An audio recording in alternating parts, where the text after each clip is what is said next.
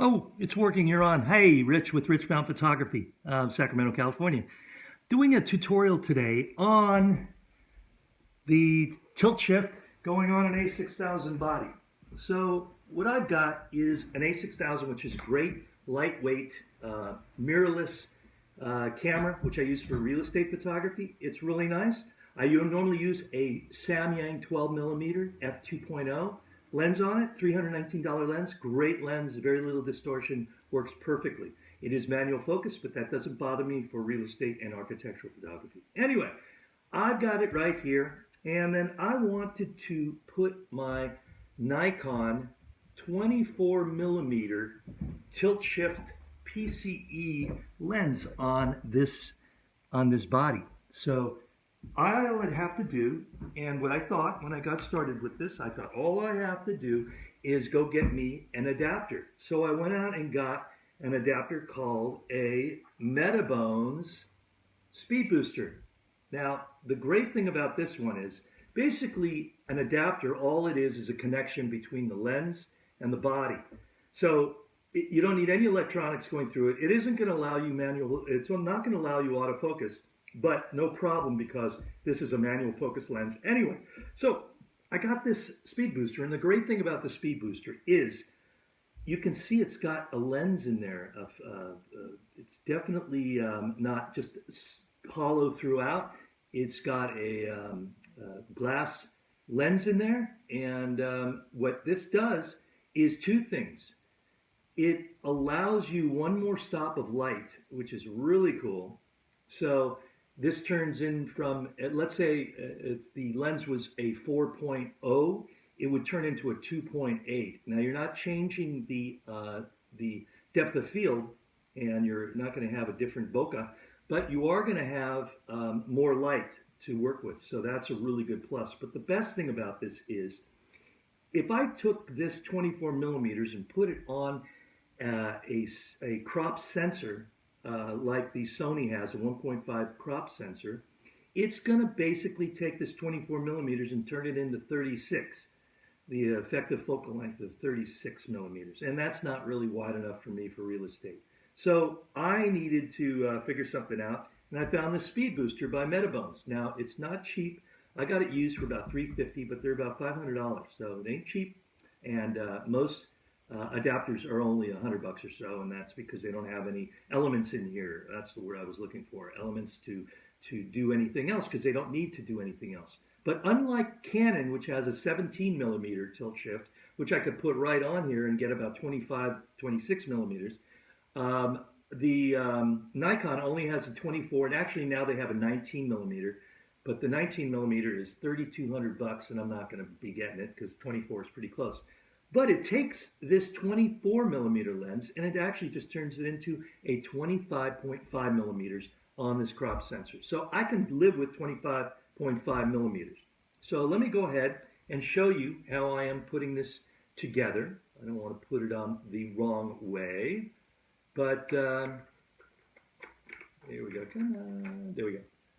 Okay, so I've got this little foot. Let me show you. This little foot right here, which I could mount. The problem was that the construction of this Sony a6000 is so, let's use the word cheap, but the metal is so thin that you can see it right here. Let me turn it sideways. You can see it. It actually, the whole body flexes, okay? And I thought with my L bracket, I have a little L bracket right here. I thought with my L bracket it would stiffen it up, but it doesn't help at all. So basically, I've got this problem. When I put this combination on here, let me show you. I'll take this off of here. When I put this combination on here, all of a sudden, I've got a whole bunch of flex in this, and it dips down so low, I can't use my bubble level. I don't like it. So I decided to figure out another way. Now, I could adapt this foot right here to take a mount, because the problem is You can't fit it into a clamp because this is so close to this. And for you to have both of these on, I came up with a kind of I call it Sam Chen named it, but it's Frankenstein, Frankenbaum. I came up with a Frankenbaum thing. I took two knuckles, or actually it's one, but it's the same as two. I attached a Arca Swiss plate to it. This is actually from a camera strap, and I screw it in here. Okay. Now, this may look strange, but please understand, I needed to get my camera on this tripod. Actually, I'm going to turn it this way. I needed to get it here, and now I can still see my bubble level in the back here. I can still use my tilt shift lens. I can still adjust it, okay? And it works just perfectly. So now, what I do is if I want to change lenses, all I have to do is take this off. I take off my tilt shift. Let me put that upside down. I put on the other lens, and I'm good to go. So this may seem like a lot of extra work, but there was no other way I could find to do this without having to take off my L bracket or take off this foot. No way to do it together, so I ended up just extending this, and it works fine. So basically, again, I just take this off, switch lenses, put on the tilt shift, and then put it back on. So it's one extra step. I'd like to just take the lens off and then put on the other lens, but it's not a big deal. And it works really, really well. Okay, so now I thought, oh man, I am set. I've got my tilt shift on my Sony a6000. I am in like flint. Well, I came up with another problem, and this is really what this whole tutorial is about, because without this, you're out of the water with your Nikon. And I don't know if this is the same with Canon, but Nikon, there is, even though there is an aperture ring on the Metabones adapter, and I'll show you, there's an aperture ring, so you supposedly can change the aperture here, and you can change it in your camera. No, this won't work. Darn it. So I had to go online, and I spent a lot of time online, more time than I should, and I was just about done with this whole thing. And I finally got in touch with a camera store up in Canada, Ontario Camera, the camera store it's called. They did videos on the Metabones Speedbooster adapter. So I said, you know what? But they didn't do it on the tilt shift, but they did the Metabones Speedbooster. So I called them one Saturday. Got a great, nice lady on the phone, and a great camera store. I mean, I'm out here in the West Coast, so I'll never use it, but they're really great. And I started talking to this girl, this woman, and I was explaining that there's no way to adjust the aperture. What am I going to do?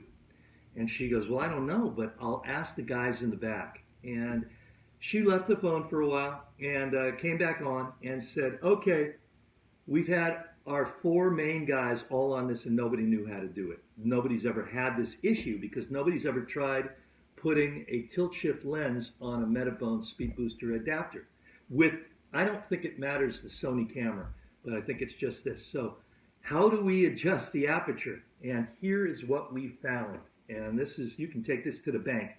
It's a hassle, and I'll be honest with you, luckily I shoot at f8 all the time, or if I tried to use it and change apertures, I wouldn't be using it, because to use it on the Sony, the only way that I can change the aperture of this camera, believe it or not, it sounds crazy, but I have to take it off my Canon camera, I'm sorry, faux pas.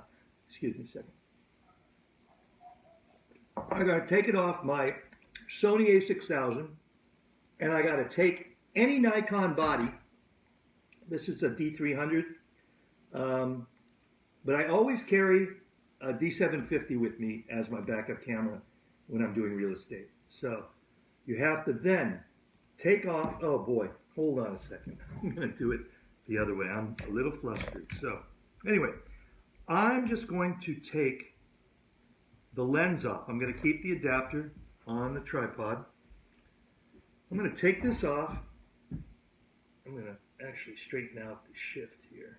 Okay, there we go. Okay, what I'm going to do is I'm going to put the tilt shift on a Nikon camera. The problem is this requires an electronic shutter to change your aperture, an electronic aperture. The Speedbooster doesn't have that. It takes that out. There are no mechanical connections between the camera and the lens. This is just a connector. So there's no way to change the aperture. Now, so what you have to do is you turn your Nikon camera on. You then hold down the depth of field preview button on the tilt shift lens. You can see it right here. You have to hold this down, okay? And when you do it, you can actually feel and hear it changing apertures. Hold it down, okay? And I'm changing the aperture now, and it's plugged into my Nikon, and the camera's on. I'm changing the aperture ring to f8, which is what I like. I am then letting go of the aperture, of the preview button. Let me see. You know what? I don't even know if I have to hold that on. Oh, you know what? You have to hold it on, and you have to then take the lens off the camera, set to the aperture you want, holding down the depth of field preview button. Then you put your lens back onto your adapter. And I could have kept the camera on the adapter. I don't know why I took that off. And there you go. It's set to f8. And I can leave it there. I can turn the aperture ring all day. I can try to adjust the camera all day. Nothing's going to work. It's going to stay at that aperture. Again, if I want to just change the aperture, all I have to do is take off the lens, put it on the camera, change. Oh, you have to hold down the depth of field preview button on the lens. So anyway, now hold that down. You can actually hear it changing apertures. Sorry about the phone ringing. So I'm going to change it to f3.5. Okay, I'm going to take it off the Nikon camera, and I'm going to put it back on the Sony. And so now I'm set at f3.5. I can't change the aperture while it's on this camera. So I will say that that is a pain in the butt. And it is something that, again, if I didn't shoot at f8 all the time for real estate on this camera, I would not be using the tilt shift lens. So it just didn't make sense.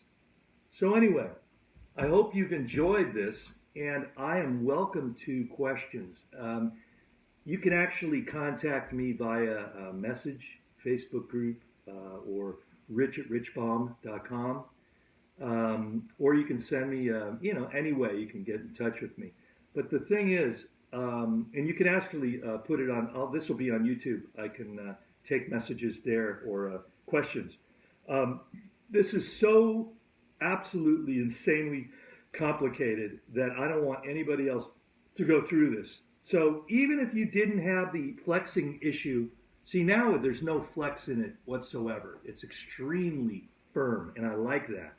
But again, if I took off the, if I take off this adapter with the Frankenbaum cockamamie thing I made up, and I put the lens right here, camera right here, Okay, and look here, you can just see it.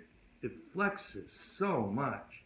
It's unacceptable. So the 6300 again does not flex like that. It's made of, I think, a magnesium material. So it's much stronger in the 6500 also. But still, even if you didn't have to worry about that, you're still going to have to get the speed booster adapter, and you're still going to have to deal with changing apertures. So this video is going to cover everybody from that's using a A6000, A6300, A6500. And actually, this will work. This will be the same with anybody trying to use a tilt shift, a Nikon tilt shift on an adapter. I don't think there's any other way to switch apertures than take it off, put it on the Nikon, set your aperture, and then put it on your Sony camera or any camera you're going to use. So this is Rich Baum from Sacramento, California, saying thanks for hanging out. Got some good information coming out next year. Really excited.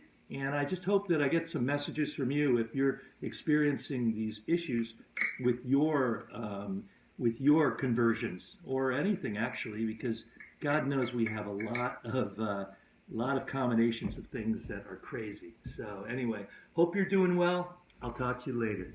Bye.